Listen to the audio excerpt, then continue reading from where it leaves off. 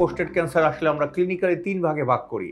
একটা হচ্ছে একটাকে বলা হয় অর্গান কনফাইন্ড ডিজিজ, অর্থাৎ রোগটা শুধু পোস্টেটেই রয়েছে। দ্বিতীয় যেটিকে ভাগ করি আমরা সেটা হচ্ছে লোকালি অ্যাডভান্স পোস্টেট ক্যান্সার।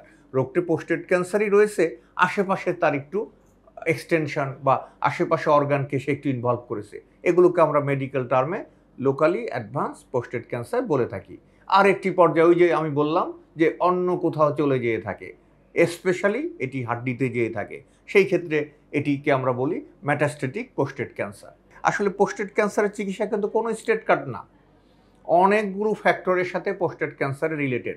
একটা বয়স, একটা তার কোমরবিডিটি অর্থাৎ অন্যান্য রোগ রয়েছে কিনা, তার সম্ভাব্য কতদিন লাইফ এক্সপেক্টেন্সিটা কীরকম, আমার ফ্যাসিলিটিসটা কীরকম, আমার পিছনে কি আমি কি সার্জারি করার জন্য ফুল রেডি, আমার কি পর্যাপ্ত সার্জারি সুযোগ রয়েছে, এটিও ইম্পর্টেন্ট।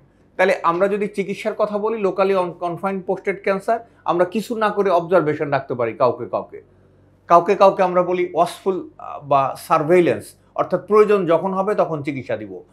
কাউকে আমরা রেডিওথেরাপি দিয়ে থাকি, কাউকে আমরা সার্জারি করে থাকি। তাহলে লোকালি কনফাইন্ড পোস্টেট ক্যান্সারের আমরা এতগুলো ভাগ করতে পারি।